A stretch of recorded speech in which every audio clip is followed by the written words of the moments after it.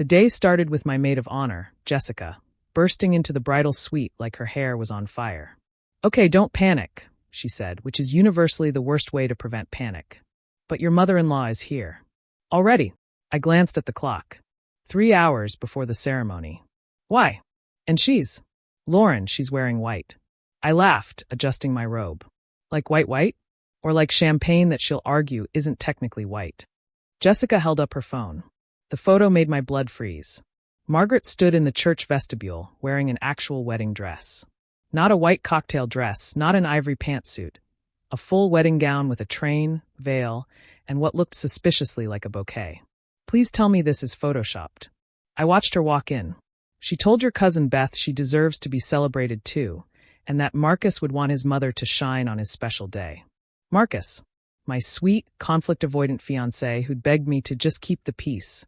Every time his mother pulled stunts like showing up to my bridal shower in a mother of the groom sash that lit up, or announcing our engagement on Facebook before we could, or trying to plan a competing reception because ours didn't have her favorite foods. "Get Marcus," I said quietly. "Now. He's not supposed to see you before." "Jessica. Get Marcus."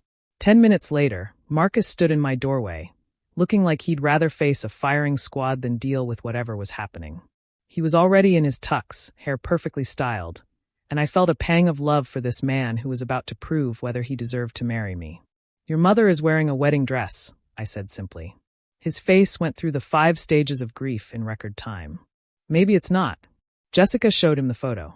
"Jesus Christ," he muttered, then looked at me apologetically. "Sorry. I mean, Jesus Christ. Handle it, Marcus. I'm not walking down that aisle if your mother looks like she's about to marry you herself." "Lauren." "No." I stood, still in my robe and curlers, but feeling like armor wouldn't be enough for this conversation. "I've accepted the cake she ordered behind our backs. I've accepted the mother-son dance playlist that's longer than our entire reception. I've accepted the fact that she invited 40 people we specifically said no to. But I will not have her in a wedding dress at my wedding. I'll talk to her. You'll do more than talk. You'll fix this, or we'll have a very different conversation about our future." He left looking miserable but determined. Jessica poured me champagne. "You know," she said, "my mom wore white to my wedding too. But it was a pantsuit, and she spilled red wine on herself during cocktail hour. Accidentally, of course." "Of course." An hour passed. The photographer arrived, confused why the bride was drinking champagne in her robe instead of getting ready. The other bridesmaids trickled in, each one with their own Margaret horror story from the morning. "She told me my dress makes me look pregnant," said my cousin Sarah. "She asked if I was the one who turned Lauren against traditional values," added my friend Monica, who was gay and very much not responsible for my feminism. "She brought her own makeup artist," my sister Kate reported. "For a touch-up. The woman's been here since 7 a.m. Finally, Marcus returned, looking defeated. "She won't change." "Excuse me?" "She says it's not white, it's pearl. And she's not changing because she already had professional photos taken this morning." "Professional photos?" "Of course she did." "Lauren, what do you want me to do?" "Physically remove her." "I want you to choose," I said quietly. "Your wife or your mother. Because if she's in a wedding dress when I walk down that aisle, I'm turning around and walking right back out." "You wouldn't." "Try me." He left again.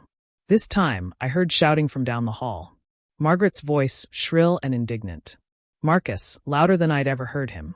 Other voices joining in, his father, his brother Kevin, my parents trying to mediate. I focused on my makeup, letting the artist work while chaos reigned outside. This was supposed to be my day. Our day. Instead, it was becoming Margaret's show as usual. Father Patrick knocked and entered, his expression carefully neutral. "Lauren, might I have a word?" "If you're here to tell me to turn the other cheek, Father, I'm fresh out of cheeks." He smiled. "Actually, I was wondering if you could fill me in on some context. Margaret is insisting she needs to process down the aisle before you, and she's making some rather interesting claims about promises made to her by Marcus." "What kind of promises?" "That he promised she could share the spotlight. That you agreed to a dual celebration. That this was always the plan. Father, the only plan was for me to marry Marcus. His mother has created this entire fantasy where she's somehow also getting married today." He nodded thoughtfully. "I see. And has she been? Well, has she been entirely stable lately?" Something in his tone made me look at him sharply. What do you mean? It's just that she seems to be under the impression that she recently participated in some sort of ceremony.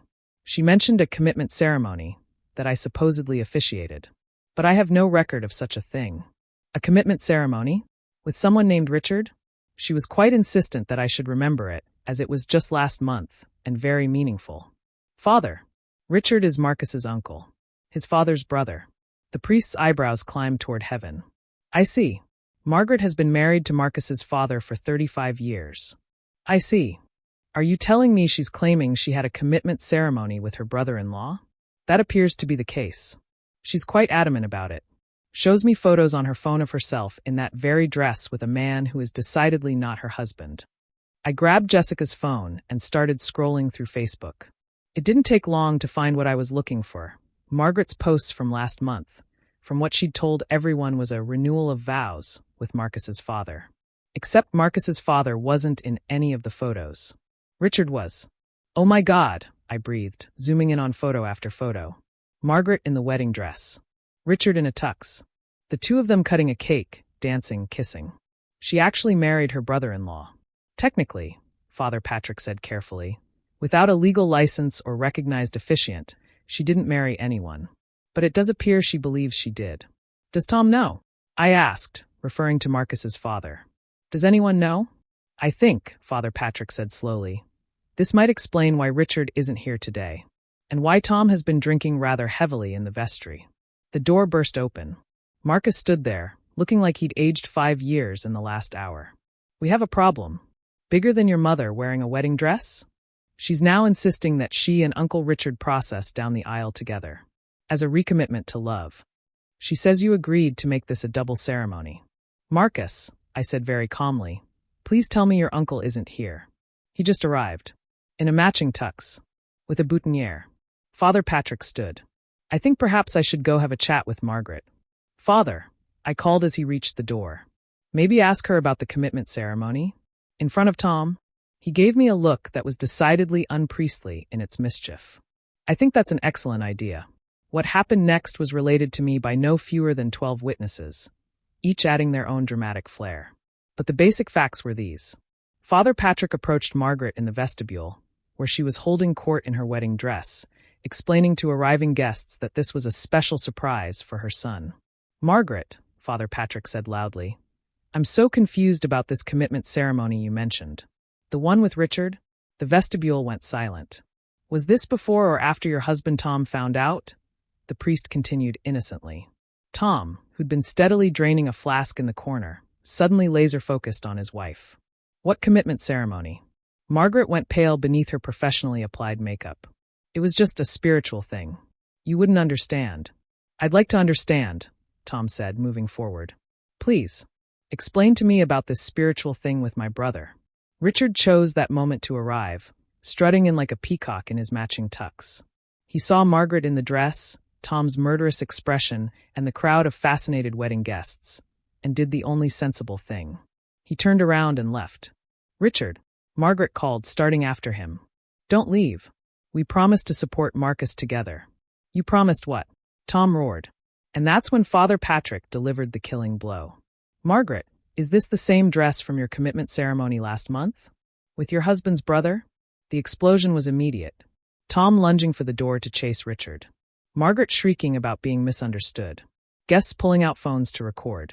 My elderly grandmother asking loudly if this was dinner theater. In the chaos, Marcus appeared at my side. I'm so sorry, he said.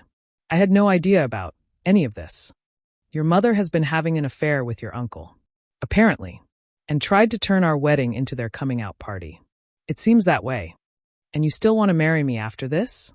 He took my hands. Lauren, I want to marry you more than ever. You're the sanest person in my life. Please don't leave me alone with these people. Despite everything, I laughed. What do we do now? Father Patrick rejoined us, looking slightly disheveled but oddly pleased. Well, the good news is that Margaret and Tom have left. Separately. Richard's car was last seen heading toward the interstate. And the bad news? Half your guests are in the parking lot watching Tom try to set Richard's abandoned boutonniere on fire, while Margaret sobs on your photographer. I looked at Marcus. Marcus looked at me. Father Patrick looked at both of us. Or, the priest suggested gently, We could proceed with the wedding. The church is still decorated. Your guests, the ones inside, are seated. And I believe you two came here to get married. But the drama, Marcus started. We'll be there after the honeymoon, Father Patrick assured him.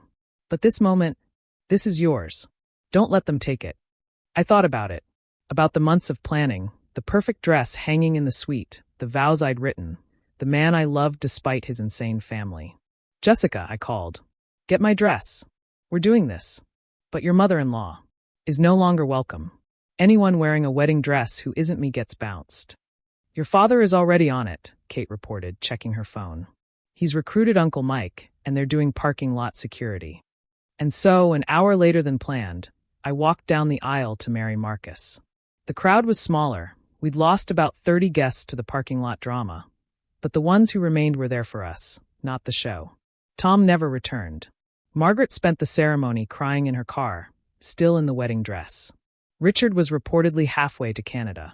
But none of that mattered as Marcus and I exchanged vows, promising to love each other despite, and because of everything.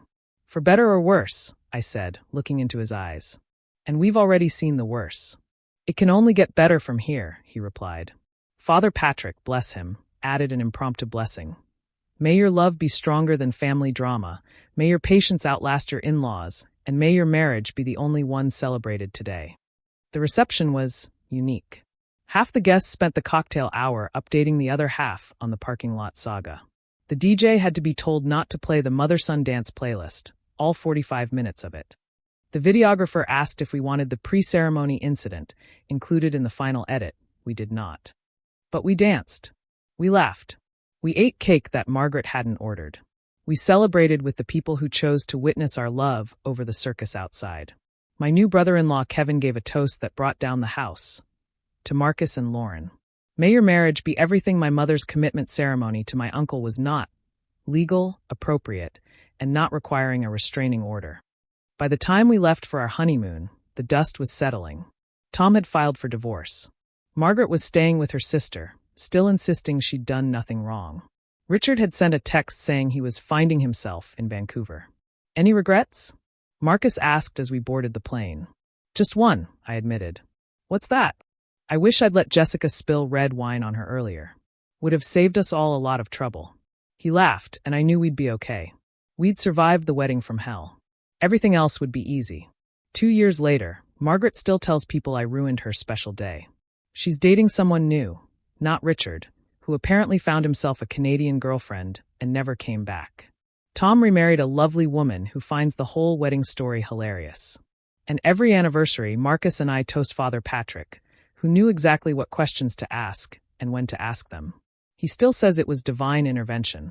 I think it was just a priest who'd seen enough family drama to know when someone needed to be exposed in their own wedding dress.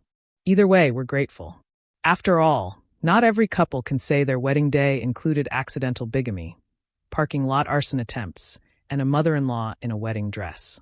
It certainly wasn't the wedding I planned, but it's definitely the one we remember.